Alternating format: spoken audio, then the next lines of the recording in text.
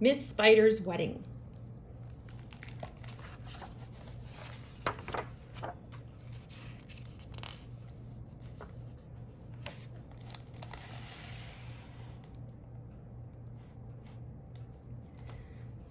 Good morning, miss, a lovely day. Miss Spider spun around to see Ike hanging by his knees, 3 inches from the ground. My good friend Holly, Ike went on, is someone you should know, but he's too timid to come down or even say hello. They heard a snap and then a crash, and gasped as Holly tumbled. He flopped down at Miss Spider's feet, embarrassed, stunned, and rumpled. Miss Spider knelt to help him up. He blushed, too shy to speak. She bid demurely, "Won't you come to tea one day this week?" The color drained from Holly's face. He looked as though he'd swoon. His acorn hat slipped from his head. He gulped, "This afternoon?" And when she heard his little voice, it seemed to her somehow that she had known him always, though they'd never met till now.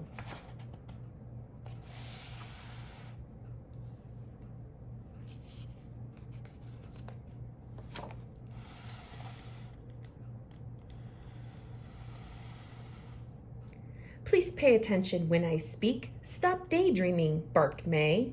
Miss Spider's thoughts were still upon the man she'd met that day. May nagged, "You should get on with life.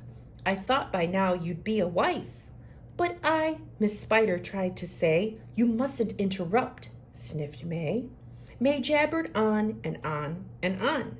Miss Spider, with her patience gone, surveyed the clock and tapped the floor, but when a face peeked round the door, she whispered, "I apologize, but May, I just now realize a gentleman who asked to call is waiting for me in the hall." "A man!" squealed May. "Well, finally!" She dashed right out so she could see, then screamed, "Get lost, you puny pest! She's waiting for her special guest." Miss Spider scurried down the din. She took his hand, then led him in. May cried, "How can I stop her folly? She's desperate if she's dating Holly."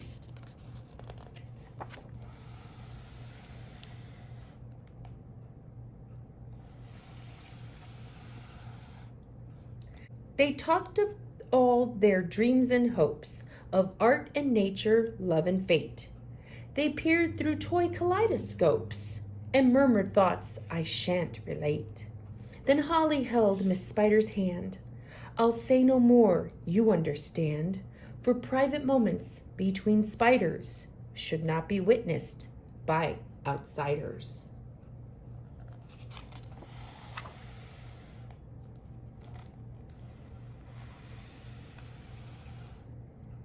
Back home, May snipped at Ike, her mate. "Miss Spider's come undone. That milk shop Holly is her date. Go fetch a better one.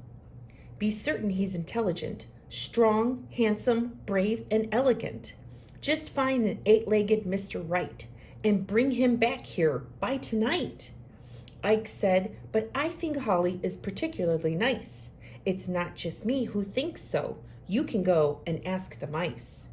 They say he's helpful, wise, and kind, and always so polite. Perhaps he's just the one to be Miss Spider's Mr. Right."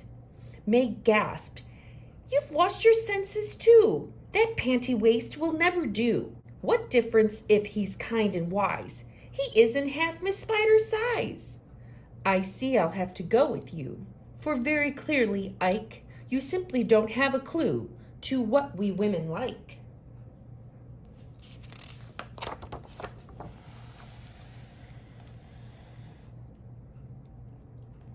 This fellow here, for instance, is no proper type at all. He's drunk so much petunia wine, he's hardly fit to crawl. His web is so coarse and slovenly, with clothes strewn all about. I could not see Miss Spider wed to that disgraceful lout. I'm certain even you can see these spiders will not suit. The green one is a crybaby, the white one is a brute. Our gentle friend could not endure the likes of either one, I'm sure. How could she hope to overcome their temperament so quarrelsome. Now there's a really handsome hunk of a spider specimen. A bevy of admirers wait to fawn all over him. His web is tidy and well made. His shoes are all in a row. The length of nose to eyebrow is the perfect ratio.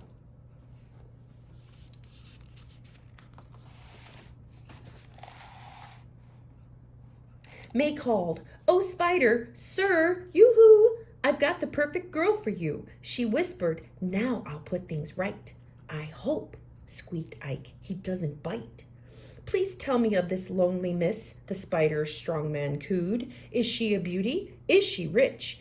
And is she in the mood to be adroitly charmed and wooed by dashing handsome me? But how could it be otherwise?" He laughed triumphantly.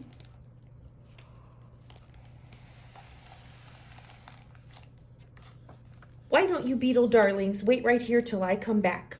I'll make for you a tasty little snack. You'll find it cozy on my web. The view is fine from here, so rest your tired abdomens until I reappear." Miss Spider later welcomed in the strange arachnid gentleman. His air was fine, his manner grand. He bowed and kissed her dainty hand. "I've journeyed here, dear lady, from the land of falling leaves. Please let me introduce myself. I'm called Spideress Reeves. Fair princess to that distant place, flowed stories of your charm and grace, but none of them, I must confess, prepared me for your loveliness." He peered around the drawing room at all the finery. He coveted the furnishings, the carpets and settee. All this, he thought, would soon be mine if she and I were wed. He mused, her house will suit me well. But here is what he said. "My darling, I can plainly see that you are everything to me. I long to know the soul within your lovely exoskeleton. Is it mere chance? No, it is fate that soon we shall cohabitate. 'Twas set down by a will divine that I am yours and you are mine. My angel, let us not delay. The sly spideress pled, tomorrow is the perfect day for you and I to wed."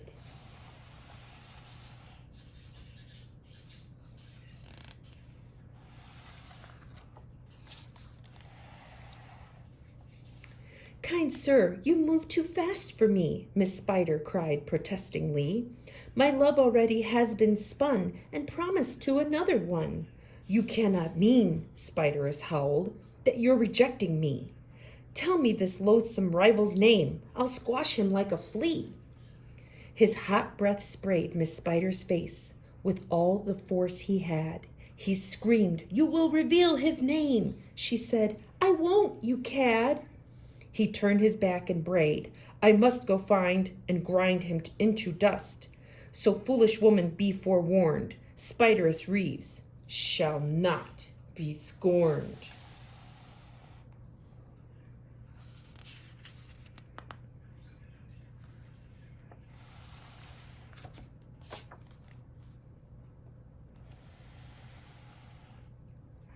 At that same moment in the hall, poor Holly, staring at the wall, could dwell on one and just one thought. Does she love me? Does she not? He could not sleep, although he tried. His weary brain was occupied, envisioning her fine assets, her gentle curves, her spinnerets. Those emerald eyes, so deep, so green, like nothing he had ever seen. Her sweet round face, that pointed nose, and lips to shame the red, red rose. He tossed and tumbled in his web, recalling every word she said, then placed the garden in the gloom as shadows swept across the moon.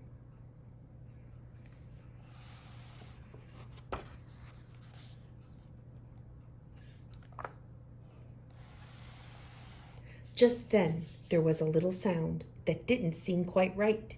He cocked his head and heard two voices, whimpering in fright. He rushed to find poor Ike and May and ripped their sticky bonds away, but turned when someone in midair roared, "Speck, what are you doing there?" I'm merely snipping a few strands, kind sir, because, you see, you've caught this little beetle couple in your web mistakenly. It's only luck that brings me here, down from my web above. I'd be asleep but for the thought of dear Miss Spider's love. And so it's you, Spideress snarled, who dares to interfere. There's been just one mistake, my friend, but I shall fix it here. You've freed those tasty beetles I was going to eat in bed.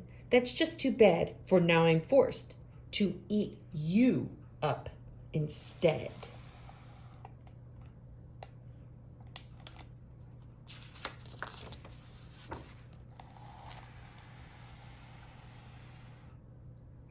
Holly's life flashed before his eyes, peering up that toothy jaw, as everything was growing dim, fading out. He thought he saw an angel swoop down in a gown of yellow flecked with black, who shrieked, "Let go of him, you brute!" and smacked the scoundrel's back.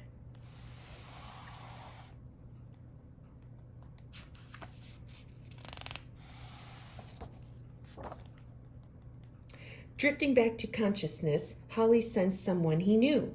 Yes, yes, Miss Spider's lovely face came swimming into view. "Darling, are you back with me?" his spider nurse begged hopefully. "I've tried 100 different ways to wake you up for 3 whole days." He gazed upon her reverently, then wobbling to her side, looked up into her eyes and whispered, "Will you be my bride?" A blush of scarlet tinged her cheek. Her lips a-quiver, could not speak. He stroked her gently with his feet. She murmured softly, "Yes, my sweet."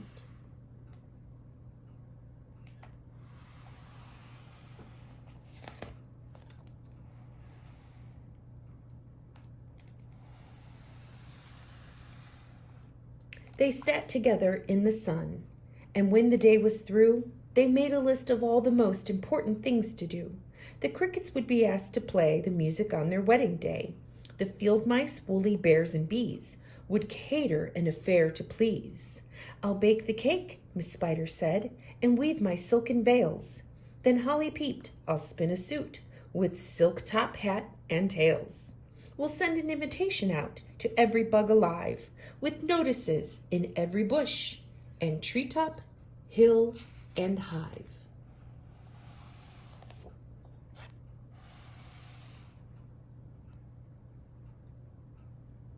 "Can any have the slightest doubt," chirps Holly with a smile, "the fairest creature in the world is walking down the aisle?"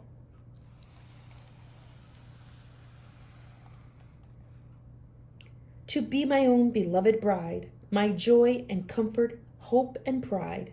I feel my life has just begun. Now she and I will be as one."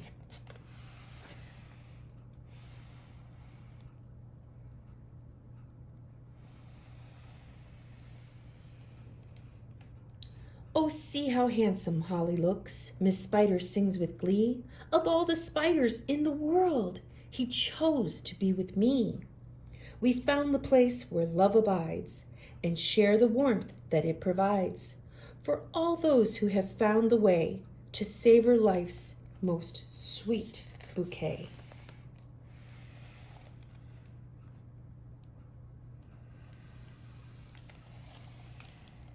The butterflies swirl high above to view this scene of spider love, in promise of eternal bliss, as Holly and Miss Spider kiss. The banquet tables loaded high with treats like crispy aphid pie, grilled dandelions and bug-eyed peas, sweet pickled grapes, and mouse milk cheese. With crickets fiddling in full swing, the katydids begin to sing. June beetles spin in pirouettes as click bugs clack like castanets. The drinks are served by Honey Bee. Petunia wine is flowing free. The guests are eager to give kisses to dear Miss Spider, now a Mrs.